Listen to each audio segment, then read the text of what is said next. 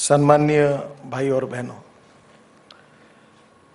मैंने अपने ऑफिस में अमेरिकन प्रेसिडेंट जॉन केनेडी का एक प्रसिद्ध वाक्य लिख कर रखा है। उन्होंने कहा था कि American roads are not good because America is rich, but America is rich because American roads are good. और रोड से प्रॉस्पेरिटी आ सकती है। और इस देश में दो बहुत अच्छे अवसर मुझे मिले। जब अटल बिहारी वाजपेयी जी प्रधानमंत्री थे तो दो बड़ी स्कीम बनाने का सौभाग्य मिला। एक 60,000 करोड़ की प्रधानमंत्री ग्राम सड़क योजना और दूसरा नेशनल हाईवे को 4 लेन में करने की जो योजना थी, ये दोनों योजना बनाने का सौभाग्य मिला था। आज सौभाग्यवश मैं इसी डिपार्टमेंट का मंत्री हूं। 2-3 बातें जो प्रशांत जी ने कही वो सही है। हमारे सेक्टर की आर्थिक हालत और जिन कॉन्ट्रैक्टर्स ने काम किया उनकी हालत ठीक नहीं है। उसमें कुछ चीज़ें मेरे हाथ में, कुछ फाइनेंस मिनिस्टर के हाथ में है। मैं उनको रिकमेंड करता हूं क्योंकि बहुत ही बुरी स्थिति में इंफ्रास्ट्रक्चर की कंपनी आज देश से गुजर रही है। जब मैंने चार्ज लिया था तब 3,80,000 करोड़ रुपए के प्रोजेक्ट्स लगभग स्टकअप हुए थे। और इसका जो मुख्य कारण था कि 10% लैंड एक्विजिशन हुआ है, फॉरेस्ट एनवायरनमेंट क्लियरेंस नहीं है और रेलवे ओवरब्रिज के 2-2, 3-3 साल क्लियरेंसेस नहीं मिले हैं। और इसके कारण कई PIL हुई है, कोर्ट में केसेस गई है और उसके कारण प्रोजेक्ट अटक गए। अपॉइंटमेंट डेट ले ली, इंटरेस्ट बैठना शुरू हो गया, कुछ पैसा उठा लिया, एग्रीगेट इकट्ठा किया और रोड का काम नहीं कर सके। तो कॉन्ट्रैक्टर उसके लिए जिम्मेदार नहीं है। पर सरकार में जो अधिकारी वो यही कहते हैं कि हर चीज के लिए कॉन्ट्रैक्टर जिम्मेदार है। मैं प्रैक्टिकली उस बात को समझता हूं, पर उस स्थिति से मेरी भी मर्यादा है। पर जब ये 3,80,000 करोड़ के करीब 150 से ज्यादा प्रोजेक्ट स्टकअप हुए थे, उसमें से 44 प्रोजेक्ट अभी हमने ऐसे हैं कि जिसको हमने टर्मिनेट कर दिया। एक समय ऐसा था कि कॉन्ट्रैक्टर काम मांगने के लिए आते थे। मेरा 1 साल का अनुभव ऐसा है कि लोग मुझे इस बात के लिए आते थे कि मेरा काम टर्मिनेट करा दो, मुझे मुक्ति पाओ, छोड़ दो। और 44 लोगों का गोल्डन शेक हैंड करके हमने टर्मिनेट कर दिया। अब उसको रिटेंडर किया, उसमें से कुछ काम शुरू हो रहे हैं। करीब 80 से 85 प्रोजेक्ट ऐसे हैं जिसमें हमने प्रॉब्लम सॉल्व किए हैं, वो दौड़ने लगे हैं और उसके परिणाम भी मिलना शुरू हुआ है। फॉरेस्ट एंड एनवायरनमेंट क्लियरेंसेस 75 से 80 प्रोजेक्ट को जो होते ही नहीं थे वो क्लियर हुए हैं। रेलवे ने ऑनलाइन सिस्टम किए और करीब 80 प्रोजेक्ट उन्होंने तुरंत क्लियर कर दिए हैं। और इसलिए अभी हमने निर्णय किया है कि 80% लैंड एक्विजिशन अगर नहीं होगी, फॉरेस्ट एनवायरनमेंट क्लियरेंस नहीं होगा, तो हम वर्क ऑर्डर देंगे ही नहीं। तो जो नए प्रोजेक्ट अभी हमने दिए हैं उसमें लगभग ये सब बातें क्लियर करके दी है। 9-10 महीने में मैंने 1 लाख करोड़ के नए कॉन्ट्रैक्ट साइन किए हैं। और मुझे बताते हुए खुशी हो रही है कि जब मैं आया था तब 2 किलोमीटर पर डे हाईवे बन रहा था। मार्च एंड में वो 12 किलोमीटर पर डे यानी 6 टाइम्स उसकी गति बढ़ी है। और with in a year highest record 30 kilometre तक जाने का हमारा टारगेट है।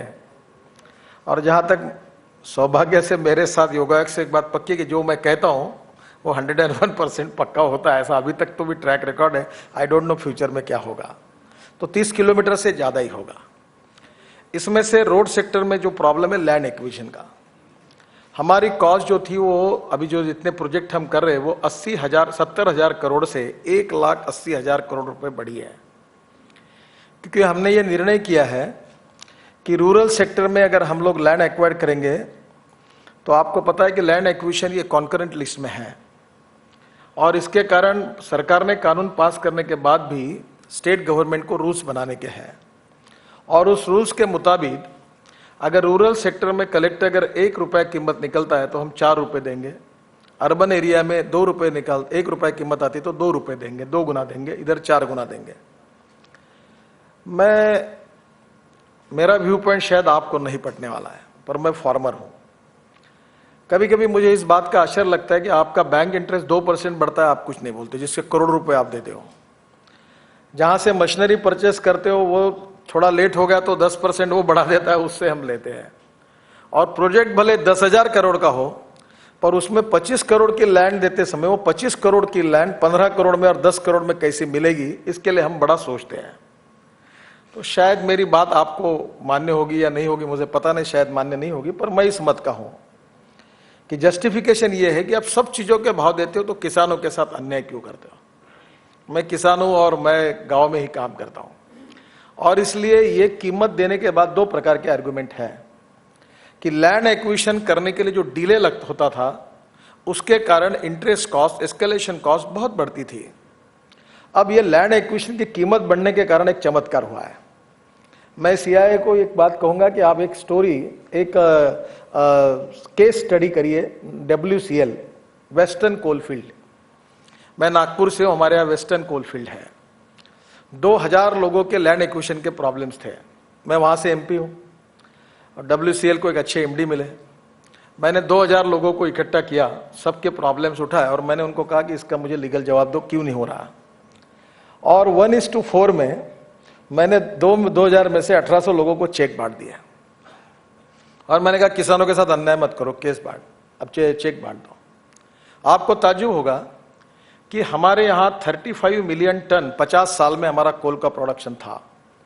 अभी पीयूष जी आए थे, हमने 3 कोल माइन ओपन की चंद्रपुर में, और अब यह तय हुआ है जितने, अब हमारे पास, मेरे पास लोग आते हैं कि मेरी लैंड एक्वायर करा दो। मेरा PA है, वो फूड एंड ड्रग में महाराष्ट्र गवर्नमेंट डेप्यूटी कमिश्नर है, मंडलेकर करके, उसकी 7 एकड़ लैंड गई। वो मेरे पास आया और मुझे कहने लगा कि साहब मेरी और 15 एकड़ है, वो भी घुसा दो उसमें। मैं बोला क्यों? बोले 5 लाख रुपए का रेट था या 20 लाख रुपए मिल रहा है। अब ये 15 लाख जस्टिफाइड है नहीं है, उस पर डिबेट हो सकता है। परिणाम क्या हुआ मैं आपको बताता हूं।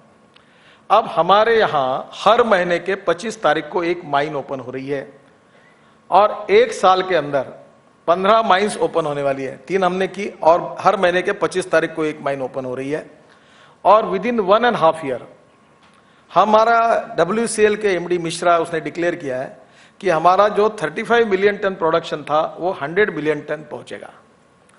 अब मुझे बताइए कि टोटल कॉस्ट में कुछ कॉस्ट थोड़ी सी, अगर समझ लीजिए एग्जैगरेटेडली फार्मर्स को ज्यादा गई, तो भी इंटरेस्ट कॉस्ट, एस्केलेशन कॉस्ट में बचत हुई है। गरीब को गया होगा पैसा, कोई फर्क नहीं पड़ता, प्रोडक्शन बढ़ा।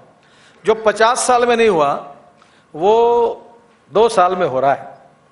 तो इसलिए लैंड एक्विजिशन की मुझे भी कॉस्ट देनी है। अभी मैं 70,000 करोड़ की जगह 1,80,000 करोड़ दे रहा हूं। इट्स ए प्रॉब्लम, उससे प्रोजेक्ट की कैपिटल कॉस्ट बढ़ने वाली है। पर रोड के रिलेटेड 2 चीजें इंपॉर्टेंट है। एक चीज है इंटरेस्ट कॉस्ट। अब ये मेरे हाथ में नहीं है, ये फाइनेंस मिनिस्टर को आप जरा कहिए, 12 और 13% से ये कोई इंफ्रास्ट्रक्चर डेवलप नहीं हो सकता, ये दुनिया में नहीं है। और इसलिए इसका उपाय ढूंढना चाहिए। मैंने कुछ उपाय ढूंढने की कोशिश की, अभी तक मुझे पूरी सफलता नहीं मिली है। पहली बात तो ऐसी है कि हमारे पोर्ट में 12 पोर्ट, मेजर पोर्ट और शिपिंग कारपोरेशन का टर्नओवर 4000 करोड़ रुपए है डॉलर में। तो हमारे यहाँ JNPT में हम लोग एक 4000 करोड़ का 8 लेन रोड बना रहे हैं। तो मैंने वो चेयरमैन को कहा कि, तो बोले हम 12% से ICICI बैंक से पैसे ले रहे हैं। तो कुछ चंदा कोचर जी मेरे पास आई, तो मैंने उनको कहा कि आप हमको डॉलर में क्यों नहीं लोन देती? बोले हम दे सकते हैं। तो बोला आप क्या इंटरेस्ट लेगी? तो बोले LIBOR + 3%। बोला 3% का है का, हमारा तो अच्छा काम है। तो बोले कितना? बोला 0.50 आप लो और हमको दो। तो बोले हम जरूर विचार करेंगे, देने के लिए तैयार है। फिर मैंने उनको कहा आप रुपीज में लोन क्यों लेते हो, डॉलर में क्यों नहीं लेते? अब हम लोग ये 4000 करोड़ जो डॉलर में आते हैं हमारे पास, इसको हम 15 साल के लिए हम ऐसा इंस्ट्रूमेंट तैयार करने के पीछे पड़े कि हम लोन डॉलर में या येन में लेंगे, उसको हेजिंग करने की हमको जरूरत नहीं होगी। और इसके कारण 70 से 80 हजार करोड़ रुपए हम लोग डॉलर में लेंगे, तो हमारे पोर्ट के डेवलपमेंट के लिए, इनलैंड वाटरवेज के लिए हमको ये पेंशन फंड, इंश्योरेंस फंड्स, और मैं अगले महीने में जापान भी जा रहा हूं, उनकी सरकार ने निमंत्रण दिया है, वो भी हमारे इन्वेस्टमेंट बहुत बड़ी अमाउंट करना चाहते हैं। अगर इसमें से ये लो कॉस्ट इंटरेस्ट अगर लोन पैसा मिल जाता है तो इंफ्रास्ट्रक्चर में इसका फायदा होगा, क्योंकि जो हेजिंग कॉस्ट है ये बहुत बड़ा प्रॉब्लम है। मैं बहुत लोगों से बात करता हूँ, मुझे तो भी इसका समाधान अभी तक नहीं मिला है। एक पावर मिनिस्ट्री ने निकाला है कि कोई फंड तैयार करके उसके लिए सुरक्षित रखेंगे। तो हम भी उसके अलग इस पर विचार कर रहे हैं। इंफ्रास्ट्रक्चर में हमारे पास आज पैसे की कमी नहीं है। 42,000 करोड़ का बजट मुझे फाइनेंस मिनिस्टर ने दिया है। मेरा टोल का इनकम NHI का 8 से 10,000 करोड़ तक पहुंच जाएगा। तो 10,000 करोड़ को मैं 15 साल के लिए अगर सिक्योरिटाइज कर दूं तो मुझे 1,50,000 करोड़ आराम से कहीं से मिल सकते हैं। दूसरी ओर हमारे पास 70,000 करोड़ अभी भी टैक्स बॉन्ड्स, हम एग्जम्पशन है हमको, हम खड़े कर सकते हैं। और तीसरा जो है, अभी हमने 1 अप्रैल में एक ऑर्डर निकला है जिसमें पेंशन फंड्स और इंश्योरेंस फंड्स को भी हम इंफ्रास्ट्रक्चर के लिए देने के बारे में सरकार ने अब निर्णय किया है। अगर फॉरेन पेंशन फंड्स, जो काफ़ी लोग हमारे संपर्क में हैं, वो बहुत लो इंटरेस्ट से देने के लिए तैयार है, अगर हम ला सकेंगे तो नथिंग लाइक दैट। ये हुआ नहीं है, हम कोशिश कर रहे हैं। और इसलिए इंटरेस्ट कॉस्ट को कम करना और कॉस्ट ऑफ कंस्ट्रक्शन को कम करना। अभी हमने सीमेंट कंक्रीट रोड बनाने का निर्णय जाहिर किया। वैसे सीमेंट वालों ने जैसे मैंने जाहिर किया, दूसरे दिन 300 रुपये की बैग 350 रुपये में बेचना शुरू कर दिया। एक सुप्रीम कोर्ट में केस है, 6,000 करोड़ का फाइन हुआ था उनको। मेरी प्रामाणिक इच्छा है कि उनको होना चाहिए। इसका कारण जो कार्टेल करके एक्सप्लॉयटेशन करेंगे, दैट्स इट नॉट गुड। तो मैंने तय किया कि इसका समाधान ढूंढना।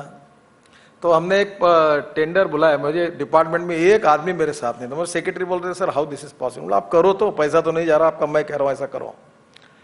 हमने एक रेट कॉन्ट्रैक्ट किया है 37 कंपनीज और 103 इंडस्ट्रीज, देश भर की पूरी। उन्होंने हमको लोएस्ट सीमेंट की कॉस्ट कोट की है। वो मॉडल मैंने तैयार किया था। उसमें कैश एंड कैरी सिस्टम है। एक 120 rupees per bag slag cement, 120 rupees per bag, 130 rupees per bag, 140 rupees per bag. अब गवर्नमेंट का परचेस रेट है 350। अब ये स्वाभाविक रूप से सीमेंट का रेट कम होने से कॉस्ट ऑफ कंस्ट्रक्शन कम होगी। इसमें टैक्स एक्स्ट्रा है, ट्रांसपोर्ट कॉस्ट एक्स्ट्रा है, 160 रुपए तक आएगा। तो हम लोग सीमेंट कंक्रीट रोड में कॉस्ट कम करेंगे। दूसरी इंपॉर्टेंट चीज ऐसी है कि हमारा जो कंस्ट्रक्शन का अप्रोच है वो कंजर्वेटिव है। हमारे bridge code, flyover code, concrete payment code, ये सब बहुत आउटडेटेड है। USA में काफी मॉडर्न उसको बना है। तो हमने एक निर्णय किया है कि कोई भी कॉन्ट्रैक्टर इंटरनेशनल कोड का उपयोग करके whatever the technology available in any country which is recognised by that country, उसके आधार पर आप हमको कोड करो। और इसलिए हमने नई नई टेक्नोलॉजी को इनकरेज किया है। हम लोग अभी सागर पोर्ट जो कलकत्ता में है उसके लिए, और एक अंडमान निकोबार में समुद्र के अंदर पुशबैक टेक्नोलॉजी से टनल बनाने के लिए हम लोग सर्वे कर रहे हैं। कल मैं झारखंड में था, वहां गंगा पर पुल बन रहा है 2,500 करोड़ का। और मैंने उनको कहा कि इसको हम लोग अगर अंडरग्राउंड टनल में कर सकते तो वो भी देखिए। तो टेक्नोलॉजी भी हम नई अडॉप्ट कर रहे हैं और कंस्ट्रक्शन नॉर्म्स भी इंटरनेशनल स्वीकार कर रहे हैं। उसका परिणाम होगा कि कॉस्ट ऑफ कंस्ट्रक्शन कम होगी। कॉस्ट ऑफ कंस्ट्रक्शन को कम करना, इंटरेस्ट कॉस्ट को कम करना, लैंड एक्विजिशन कॉस्ट बढ़नी है, इसमें हम कुछ कर नहीं सकते। रिगार्डिंग टोल के बारे में भी हम लोग सोच रहे हैं। मैं अभी कुछ ज़्यादा उसमें बोलना पसंद नहीं करूँगा, ठीक नहीं होगा, पर हम लोग उसके भी सोल्यूशन निकाल रहे हैं। और इसके आधार पर हमने 1 लाख करोड़ के ऑलरेडी कॉन्ट्रैक्ट साइन किए हैं। अभी प्रॉब्लम नहीं है, पर जो कॉन्फिडेंस क्रिएट करना है पुरानी स्थिति को देखकर, उसको बदलने के लिए और थोड़ा सा समय लगेगा। और इसलिए जो बात प्रशांत जी ने कही वो सही है कि इंडियन कॉन्ट्रैक्टर्स जो है उनकी स्थिति बहुत खराब है। और इसलिए हमने एक नया मॉडल, हाइब्रिड मॉडल तैयार किया, जिसका चटर्जी साहब ने उल्लेख किया था कि 40% हम देंगे और 60% कॉन्ट्रैक्टर कंसेशनरी डालेगा और एन्युटी बेस पर करेंगे। लैंड एक्विजिशन, फॉरेस्ट क्लियरेंस सब हमारी जिम्मेदारी होगी और कंस्ट्रक्शन उनका वो करेंगे जिसमें उनको 15% प्रॉफिट मिल सकता है। और फिर इंटरेस्ट प्लस 2% हम उसको रिटर्न्स देंगे एन्युटी बेसिस पर। सिक्योर्ड मॉडल है, कोई प्रॉब्लम नहीं है। तो अब इसमें आपने भी कहा, अब इंडस्ट्री ने इसका स्वागत किया कि आज की स्थिति में हम ये कर सकते हैं। कुछ जगह पर हमारे पास 96 किलोमीटर की स्ट्रेंथ है नेशनल हाईवे करके। अब उसमें से हमने करीब 25,000 किलोमीटर स्टेट गवर्नमेंट को मेंटेन करने के लिए दी है। और हम लोग निर्णय करने वाले हैं कि 25,000 किलोमीटर हम टेक ओवर करेंगे और उसको 40% गवर्नमेंट से देकर एन्युटी बेसिस पर करने की कोशिश करेंगे। और इस बेसिस पर निश्चित रूप से इंटरनल रेट ऑफ रिटर्न काफ़ी अच्छा है और ये प्रोजेक्ट सक्सेस स्टोरी बन जाएगी। तो रोड में तो मुझे कोई तकलीफ लगती नहीं है। अभी हमने और कुछ निर्णय किए कि जो आयरन ओर की जो इंडस्ट्री होती है उसमें आयरन स्लैग निकलती है, और ये अभी क्या बताए, बिहार में हमको रोज 30 रैक एग्रीगेट झारखंड से रेलवे में डालकर बिहार में ले जाना पड़ता है। और उन्होंने निर्णय किया कि अगर हम पहाड़ को देंगे तो नई पीढ़ी को पहाड़ नहीं दिखेंगे, इसलिए पूरे एग्रीगेट को निकालने पर बंदी डाल दी है। केरल में वहां मैंने देखा पोर्ट में कोचीन में सैंड पड़ी थी, तो मैंने कहा ये क्यों हुआ है, तो बोले सैंड थाईलैंड से इंपोर्ट होके आ रही है। अब हमारा देश 8 लाख करोड़ का पेट्रोल डीजल गैस इंपोर्ट करता है, और इस प्रकार के अगर हम लोग करेंगे तो कैसे रोड बनेंगे, कहां से एग्रीगेट आएगा। तो ये प्रॉब्लम्स है। पर इसको अभी हमने ऑयल स्लैग जैसे ये JSW की अलीबाग में है या टाटा का जमशेदपुर में है, उन्होंने ऑयल स्लैग के रोड बनाए, एयर स्ट्रिप बनाई है, और ये वेस्ट मटेरियल है, ये फ्री ऑफ चार्ज भी उपलब्ध हो सकता है, क्योंकि उनके सामने ये प्रॉब्लम है कि इसका डिस्पोजल कैसे करें। तो हमने सेंट्रल रिसर्च और ऑर्गेनाइजेशन को मैंने उसको स्टडी करने के लिए कहा, उन्होंने रिपोर्ट दिया, और हमने कहा कि अब इसको यूज कर सकते हैं कंक्रीट में और एग्रीगेट करके, इससे भी अच्छा मटेरियल है, और वो लगभग cost free of charge available है, उससे भी कॉस्ट ऑफ कंस्ट्रक्शन कम होगा, और इकोलॉजी पॉइंट ऑफ व्यू ये जो पत्थर खोदने की उसकी आवश्यकता नहीं पड़ेगी, जहां जहां क्षेत्र में अवेलेबल है इसका उपयोग कर सकते हैं। और इसलिए रोड सेक्टर में मुझे नहीं लगता कि अभी कोई अड़चन है। अब इस समय पुराना समय चला गया है, और fast track decision making process है, करप्शन फ्री प्रोसेस है, कोई कॉन्ट्रैक्टर मेरे पास आता नहीं, किसी को मिलने की जरूरत नहीं होती है, टेंडर निकालकर उसको ऑर्डर मिल जाता है, और अगर कोई ऐसी अड़चन आती है तो मुझे बताइए। और इसलिए हाँ, क्वालिटी के साथ कॉम्प्रोमाइज नहीं करेंगे, क्वालिटी में अगर गड़बड़ की तो बिल्कुल हम लोग आपको इसके ऊपर, क्योंकि ये PMC जो बनाई, प्रोजेक्ट मैनेजमेंट कंसल्टेंसी, इन्होंने रोड डिजाइनिंग में बहुत गलतियां करके रखी है, और मैंने उनको अभी कहा है कि अभी एक्सीडेंट होगा तो मैं आपको 302 लगाऊंगा, नहीं तो टोटली गलत डिजाइन किए। जहां अंडरपास नहीं है वो काट दिया, क्योंकि इकोनॉमिक वायबिलिटी नहीं है। स्वीटनर ऐड NHI में बड़ा पॉपुलर, स्वीटनर ऐड, कहीं भी टोल लगा देते, कोई भी रोड जोड़ दे, स्वीटनर ऐड, मतलब ये क्या का स्वीटनर है, ये तो कड़वा है। ये technically financially it may be good, but public के लिए गलत है। तो कुछ मिस्टेक्स हुई है, हम उसको रेक्टिफाई करेंगे। इस देश में 5 लाख एक्सीडेंट होते हैं, और उसमें से 1.5 लाख डेथ होती है, और 3 लाख लोगों के हाथ पैर टूट जाते हैं, हाईएस्ट इन द वर्ल्ड। और इसलिए रोड सेफ्टी का हमारी पहली प्रायोरिटी, हम कोशिश कर रहे हैं कि रोड इंजीनियरिंग में जहाँ फ्लाईओवर से वहाँ करेंगे, अंडरपास करेंगे, और अनेक जगह पर, ये दिल्ली गुड़गांव में एक हीरो होंडा का स्क्वायर था, फिर वहाँ गुड़गांव में 2 अंडरपास, मैं एक बार जयपुर रोड पर गया था, ये जयपुर रोड बंद पड़ा था, मैं जब था तो सब भाग गए थे। अभी हमने उसको 22 फ्लाईओवर थे, 55 फ्लाईओवर पूरे किए, और अभी जहाँ था मैंने कहा नहीं है पैसे तो NHI से दो, पर कोई लोग मरते हैं तो मैं आपको छोड़ूंगा नहीं। अब लोगों की जान नहीं जानी चाहिए, और हम लोग अंडरपास जहाँ जहाँ गलती है वो सुधार रहे हैं, और जो प्रोजेक्ट फंसे हुए थे वो क्लियर, अभी ये जून में जयपुर का प्रोजेक्ट हमारा क्लियर हो जाएगा। तो मुझे लगता है कि रोड सेक्टर में अभी प्रॉब्लम नहीं है, it's a good opportunity for you, और इसमें इन्वेस्टमेंट करने में भी कोई अड़चन नहीं है। जो 2 प्रॉब्लम है वो तो यूनिवर्सल है, वो आप इंडिया में सबके सामने है। अब वो इंटरेस्ट कॉस्ट को कैसे कम करना, ये आप देख सकते हैं। कुछ प्रोजेक्ट में 26 प्रोजेक्ट का हम निर्णय नहीं कर पाए, क्योंकि हमारे डिपार्टमेंट को उसको कानूनी अधिकार नहीं है। हम कैबिनेट के पास गए हैं, जिसमें कोई प्रोजेक्ट बेचना चाहते हैं तो हम लोग परमिशन नहीं दे सकते। कुछ कंपनियां बहुत तकलीफ में, वो 1 प्रोजेक्ट बेच के 4 प्रोजेक्ट पूरा करना चाहती है। कुछ जगह हमने टर्मिनेट किया तो 5% फाइन लगाना पड़ता है, तो हमने कहा इसको 1% करिए। उसमें कुछ 2-3 बातों, कुछ जगह हम लोग अपनी इक्विटी देना चाहते हैं ताकि प्रोजेक्ट पूरा हो जाए। तो हमारा ये जो प्रस्ताव है ये कैबिनेट के सामने जल्दी आएंगे, 15 दिन में क्लियर हो जाएंगे, तो 26 प्रोजेक्ट के भी प्रॉब्लम सॉल्व होकर 100% एंड ऑफ अप्रैल प्रॉब्लम्स 0 पर आ जाएंगे, कोई प्रॉब्लम रहेगा नहीं। अगर होगा तो CI ढूंढ ले और जरूर मुझे बताएं। पर मैं आपको एक दूसरी बात कहना चाहता हूं कि रोड से साथ साथ मेरे पास ये इनलैंड वाटरवे, शिपिंग और पोर्ट का काम है, और ये गलती हुई है हिंदुस्तान में, मैं भी स्वीकार करता हूं, मेरी भी, क्योंकि मैं रोड में काफी काम करने का मौका मुझे मिला। ये चाइना में 47% गुड्स एंड पैसेंजर ट्रैफिक पानी पर है, जापान और कोरिया में 43 to 44% पानी पर है, और यूरोपियन देशों में 40% पानी पर है, और हमारे देश में 3.3% केवल पानी पर है। उसमें भी 3% कोस्टल ट्रैफिक है, और 0.3% ये केवल इनलैंड वाटरवेज का ट्रैफिक है।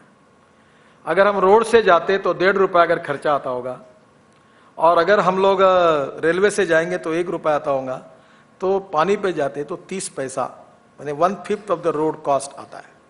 मैं सीआई को ये प्रार्थना करूंगा कि आप हमको एक मदद करिए। चेन्नई से दिल्ली, यानी जैसे चेन्नई से मुद्रा या हमारा कांडला पोर्ट है, रो सर्विस हम शुरू करना चाहते हैं। जैसे चेन्नई में फोर्ड कंपनी की फैक्ट्री है, वॉक्सवैगन की फैक्ट्री है, दिल्ली में मारुति की है, तो यहां से 150 ट्रक मुद्रा तक जाकर जहाज में जाकर उधर चेन्नई जाए और चेन्नई में वो ट्रक वापस आ जाए। ये अगर हमने रो सर्विस शुरू की तो इसका बहुत बड़ा फायदा होगा। मैंने गोवा में हमने शुरू किया है। गोवा से कंटेनर, अब गोवा मुंबई गोवा रास्ते पर बहुत एक्सीडेंट होते हैं, तो वहां हमने एक सर्विस शुरू की, चौगुले जी ने शुरू की है। तो पहले सप्ताह में 1 शिप आता था कंटेनर लेके, अब सप्ताह में 2 शिप आने लगे। तो पानी पर जाना चाहिए और पानी पर ज्यादा आप प्रायोरिटी दो। हमारी सरकार की पहली प्रायोरिटी है वाटरवेज, सेकंड प्रायोरिटी है रेलवे और थर्ड प्रायोरिटी है रोड्स। तो रोड्स को हम लोग, क्योंकि हम लोग डीजल इंपोर्ट करते हैं, गैस पेट्रोल सब, और उसमें इतना पोल्यूशन खराब करते हैं, एक्सीडेंट भी करते हैं, सेफ्टी भी नहीं है, तो हम लोग इसके लिए कोशिश करें कि इसको फायदा हो। हमारे इसमें हमने अभी इनलैंड वाटरवेज में 5 वाटरवेज को संसद ने मान्यता दी थी। इसमें गंगा का है, वाराणसी टू हल्दिया 1620 किलोमीटर है।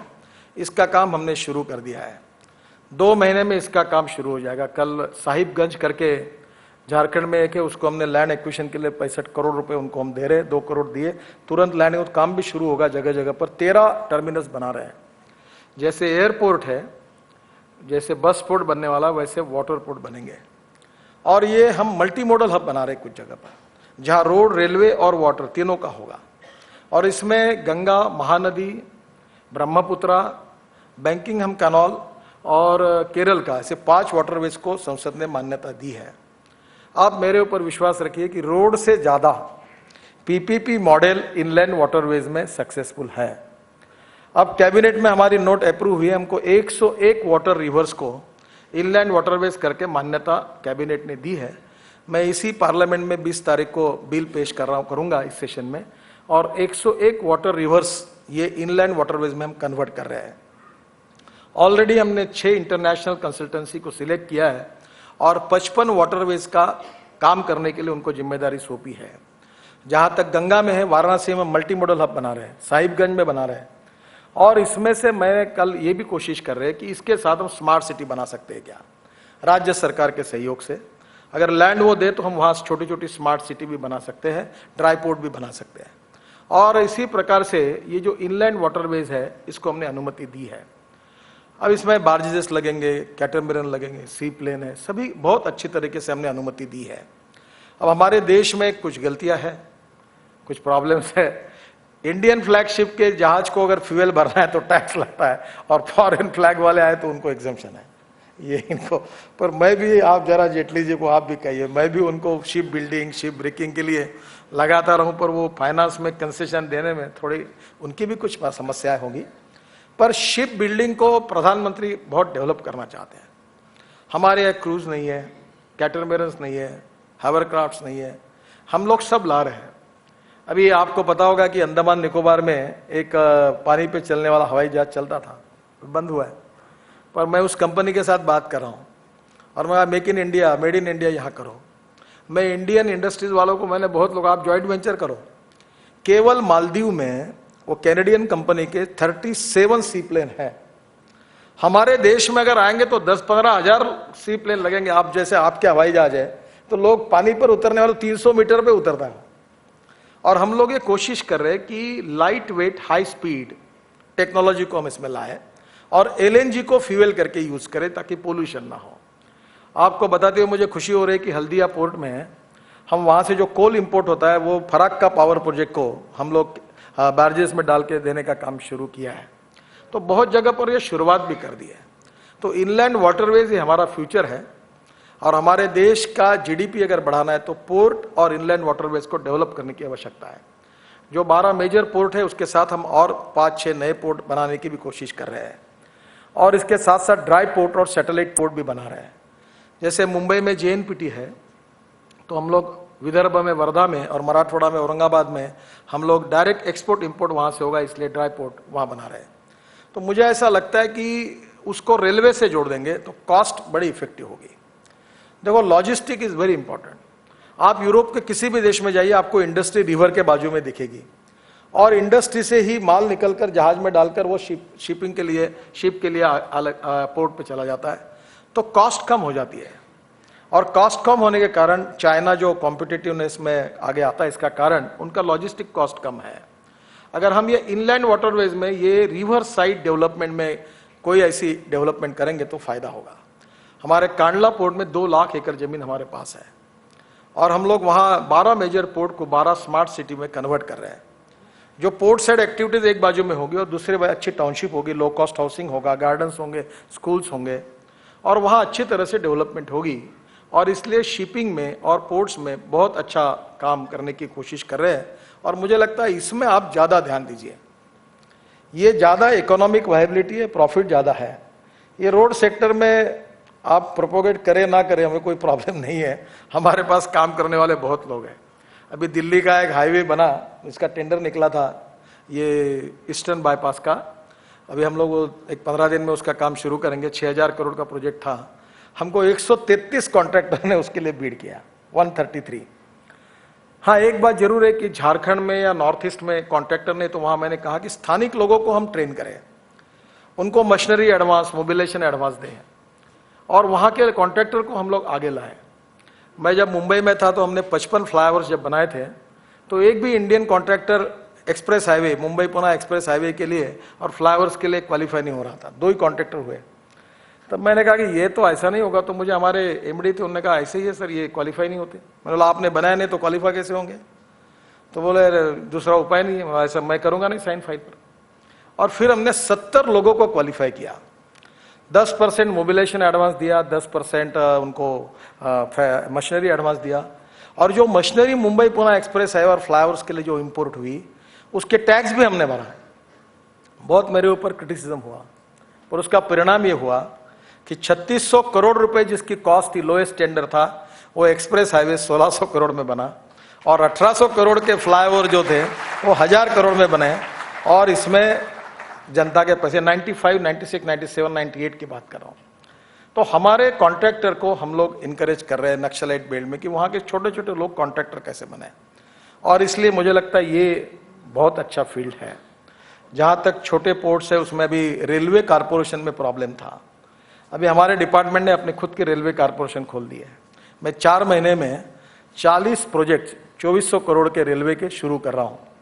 हमारे पास फॉरेन फंड भी अवेलेबल है पोर्ट्स में, क्योंकि वो डॉलर में आता है, तो कॉस्ट के लिए भी कोई प्रॉब्लम नहीं है। तो अब रेलवे का काम भी हम करेंगे, रोड का भी हम करेंगे और पानी का भी काम हम करेंगे। तो तीनों मल्टी मॉडल, ये तीनों हमारे पास है और हम लोग इसको इनकरेज करना चाहते हैं। मैं आपको 2 बातें कहूँगा कि आपकी जो इंडस्ट्री आप डेवलप कर रहे हो, ये 101 रिवर्स में हिंदुस्तान के सब रिवर्स आ गए। कावेरी आई, कृष्णा आई, गंगा आई, यमुना आई, सब आ गया।